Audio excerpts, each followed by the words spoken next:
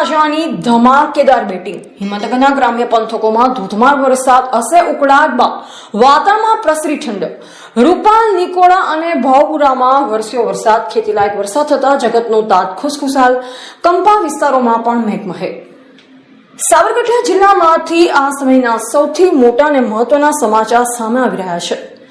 સાબરકાંઠાના હિંમતનગર અને તેની આસપાસના ગ્રામ્ય પંથકોમાં મેઘરાજાએ ધમાકેદાર એન્ટ્રી કરી છે. છેલ્લા કેટલાક સમયથી અસહ્ય ઉકળાટ અને ગરમીથી પરેશાન સ્થાનિકોને હવે આખરે રાહત મળી છે.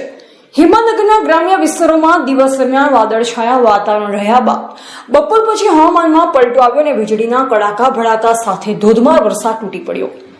હિંમતનગરના ગ્રામ્ય વિસ્તારોમાં લાંબા ઇંતજાર બાદ મેઘરાજાનું આગમન થયું છે. હિંમતનગરના રૂપાલ પંથકમાં બપોરના સુમારે વાતાવરણમાં અચાનક પલટો આવ્યો હતો. રૂપાલ, નિકોડા, ટીંબા, કંપા, ભાવપુરા અને વામોજ સહિતના ગામોમાં કડા ડિબાંગ વાદળો વચ્ચે વરસાદી માહોલ જામ્યો અને ધોધમાર વરસાદની શરૂઆત થઈ.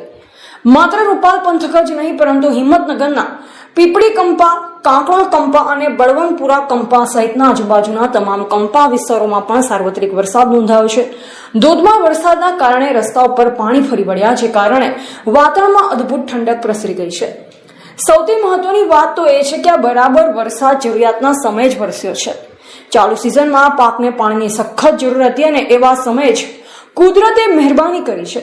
યોગ્ય સમયે અમૃત સમાન વરસાદ વરસતા જ સાબરકાંઠાના જગતના તાત એટલે કે ખેડૂતોમાં ભારે ખુશીનો માહોલ જોવા મળી રહ્યો છે.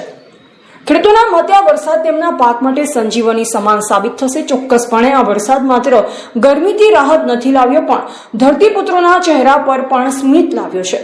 સાબરકાંઠા અને હિંમતનગર પંથકના ગ્રામ્ય વિસ્તારોના વરસાદી માહોલ પર અમારી નજર બનેલી રહેશે. એવા રાજકરણસિંહ પરમાર, ભારતની અસ્મિતા, સાબરકાંઠા.